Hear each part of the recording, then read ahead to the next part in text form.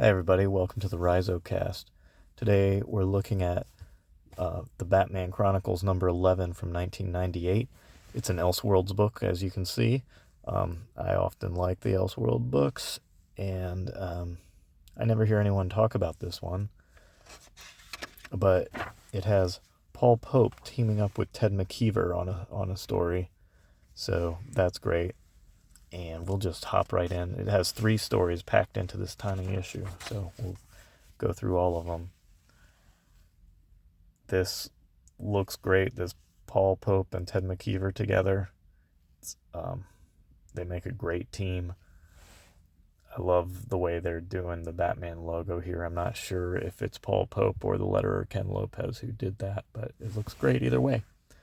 Um, this iteration of Bruce Wayne, he seems like he has money from somewhere, but instead of being a philanthropist playboy, he's a visual artist or what have you, a painter. These black and red images of Batman are going to be throughout this, and they all look great. It is interesting how, like in these panels, if I told you this was going to be a Batman villain instead of Bruce Wayne, I feel like you'd believe it. So this is taking place in 1938 Berlin. The Nazi regime has taken over. Batman is canonically half Jewish on his mother's side. Of course, raised Christian, and then being essentially agnostic to atheist in his adulthood as Batman. They're showing his art. He's saying he's influenced by Picasso, and the guy slanders it. Oh, Picasso, a Spanish Jew. And the plot is there's a Jewish economist, Ludwig von Mises, who is a real guy, who he has some economic treatises that he wrote against the Nazis, and they're trying to destroy those. And Batman's like, okay, I'll keep that from happening. Everything black and red looks so good on this page. And whenever I see the old stuff with the guys with these like smoking jacket robes or whatever, they look so hilarious. It's like Mrs. Howell from Gilligan's Island or something. Like, I just can't imagine a dude wearing it. And like with these purple pants, it like harkens back to, he has a look where like if you painted that face white, you could call that the Joker for sure.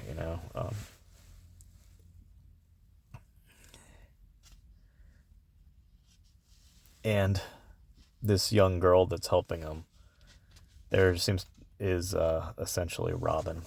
Her name is Robin. Sega Genesis coming out.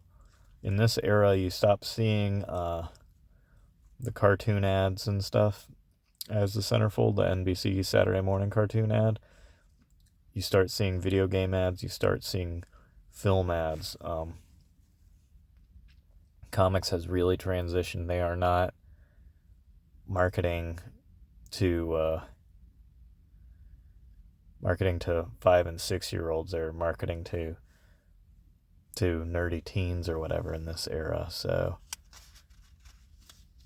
and post teens. So she's asking if she can come with him, and he's like, your training's not done, maybe in the spring. Here he is at the train yard. All these buildings look great. This would be a great t-shirt image right there. And this is him remembering his father, and his father gives him the advice: in our world, you can only be the master or the slave, the donkey toiling in misery, or the rod breaking its back. He goes, no, father, I don't believe it. What will you choose to be, child? And he goes, I'll choose a third thing.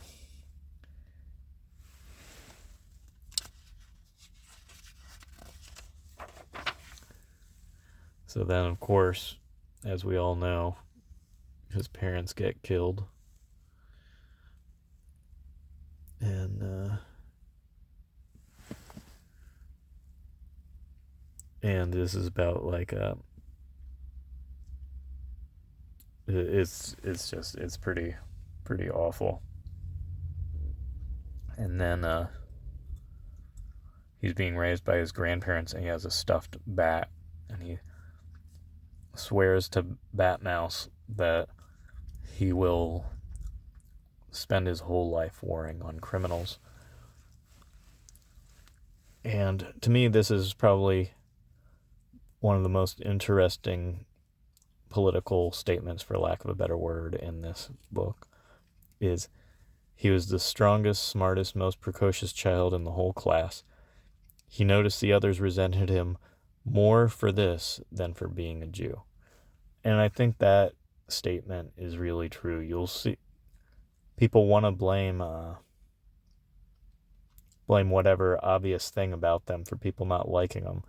But the reason people don't like you is more likely a subtle character trait, like being smarter than them instead of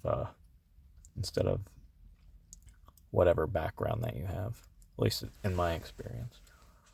Anyway, so he goes on, typical Bruce Wayne, becoming athletic, blah blah, trying to figure out something he can do to scare villainy into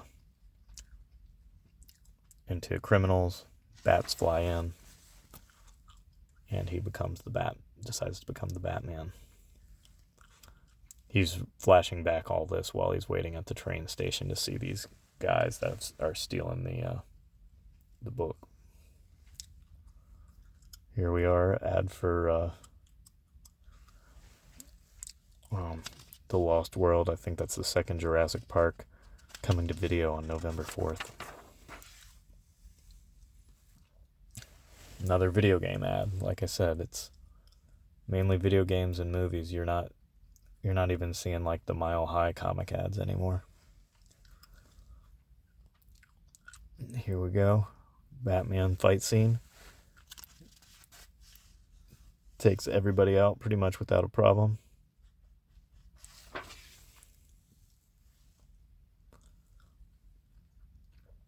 And but the train starts taking off. He grabs onto the train, but obviously he can't stop it. But he realizes actually he can stop the train. And so he blows it up. Another great potential t-shirt piece. Kind of interesting. It's dated 10/6/97. This comes out about a year after that. So the production time difference between when the piece is completed or whatever and when it's published is almost an entire year. Maybe this was meant for somewhere else, and it just ended up in this instead. Another video game ad.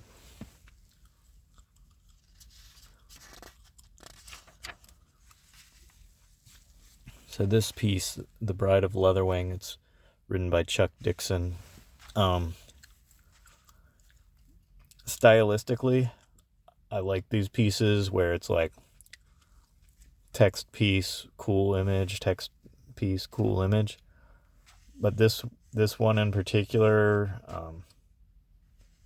this font and style of poetry probably do go together, but I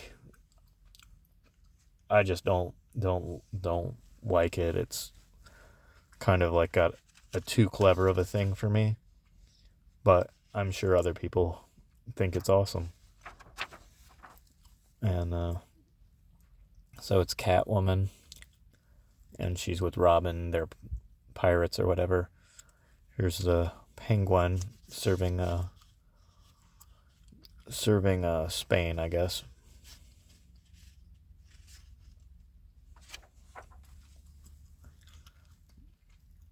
Batman hears about it, so he goes to save her.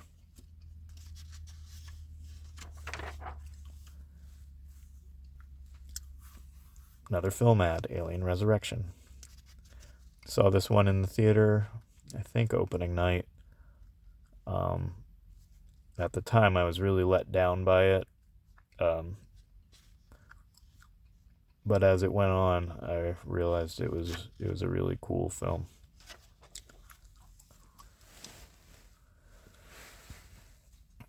So here we are. Batman defeats the Penguin, leaves him up here. This story, to me, is really cool. I don't really know anything about any of the members of this team. John Francis Moore and Kieran Dwyer as the authors.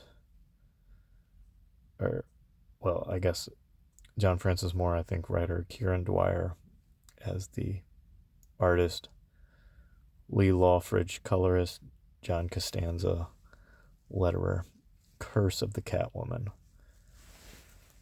So, for the past three, great noir, punchy writing style, very Frank Miller-esque. For the past 3 months, a psychopath has terrorized Gotham City's elite. A steel magnate and a university regent were both ambushed in their homes and savagely cut within an inch of their lives. The papers dubbed the attacker the Society Slayer. Their mistake, and mine, was assuming the slasher was human. My name's Bruce Wayne. I'm a private investigator.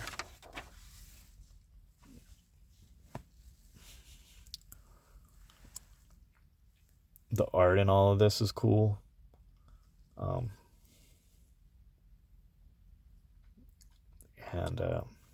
Just this is a really cool short one. So it is convinced that he'd be the slasher's next victim. Desmond Kincaid, president of the First National Gotham Bank, hired me to stake out his Regent Hill mansion, and he was right. At first, I thought the slasher was disguised in some elaborate Halloween costume. What are you? But the fur and sinew beneath my hand was very real. Mobsters and murderers, I understand. This creature, however, defied explanation. So, this obviously comes back around. He meets Selina Kyle, the Catwoman, as Selina. This is interesting. So another ad for Alien Resurrection, just like we had a couple pages ago. But the top half here, advertising DC graphic novels, and the percentage that they're advertising that are Vertigo or Vertigo adjacent is pretty interesting to me. Like Starman, not actually Vertigo, but definitely Vertigo adjacent. The System, I think, is Vertigo. That's by I can't remember his name right now, but it's the guy behind World War III Illustrated. Gone, I don't think, is actually Vertigo, but kind of Vertigo adjacent. Kingdom Come, Vertigo adjacent. Invisibles is Vertigo. Sandman's Vertigo. Watchmen, Vertigo adjacent. So, not that many mainstream-ish books that they're really showing, relatively speaking. It's like more than half Vertigo.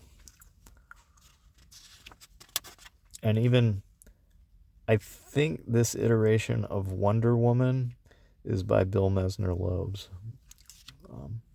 So, kind of an indie-ish thing going there, too.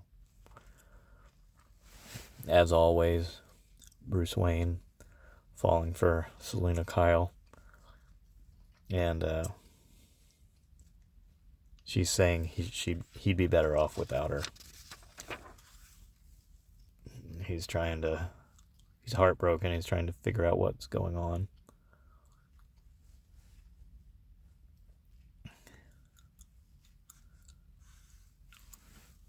And throwing him back into the case of the slasher, trying to figure out what's going on with it.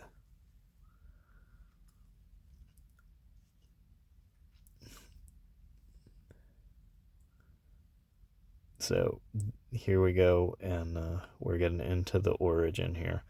Desmond Kincaid told Reggie Archer that his boy had fallen for some taxi dancer. Reggie suggested that Red McAfee could convince the broad to leave town. And so he's trying to find out more stuff. He strong arms this guy. And he's like, give me the girl's name. He said they called me because they needed someone to dump a body in Bloodhaven. And he was like, what was the girl's name? And of course, finds out that it was Selena. And here Selena is. She's about to try and kill Kincaid again. I don't even know what this term taxi dancer means, but one can leave it to their imagination. And the father's saying she's not good enough. She has her beaten within an inch of her life. She's abandoned in an alley. And then she says, then an old gypsy woman found me. She said she could help me take revenge against the men who hurt me. I wanted revenge. And now, because of the gypsy woman, when the moon is full, I change into a monstrous predator hungry for vengeance. So, this is a werewolf-style Catwoman that we've got here. So he's convinced he can help her somehow, so he tracks down the gypsy. And she says, you're saying there's a cure then? Tell me what it is. As you wish. He goes, tries to find Selena, trying to cure her. She's already transformed. He goes in, and he is able to cure her. The way he cures her is by taking on the werewolfism thing, and now, instead of him becoming a cat, he becomes the Batman. Nice end to that. Hey, look, they're advertising something other than movies or video games. They're advertising a chocolate bar. But anyway, that's where we are with this book. Made it through. Another video game ad. You can probably find this book for definitely mark it as $4 max. You can probably find it for $1 if you look hard enough. It's a cool book. I suggest checking it out. In general, if it says Elseworlds and it's $1, it's probably worth checking out for that price. Thanks for hanging out with me, and we'll see you again soon.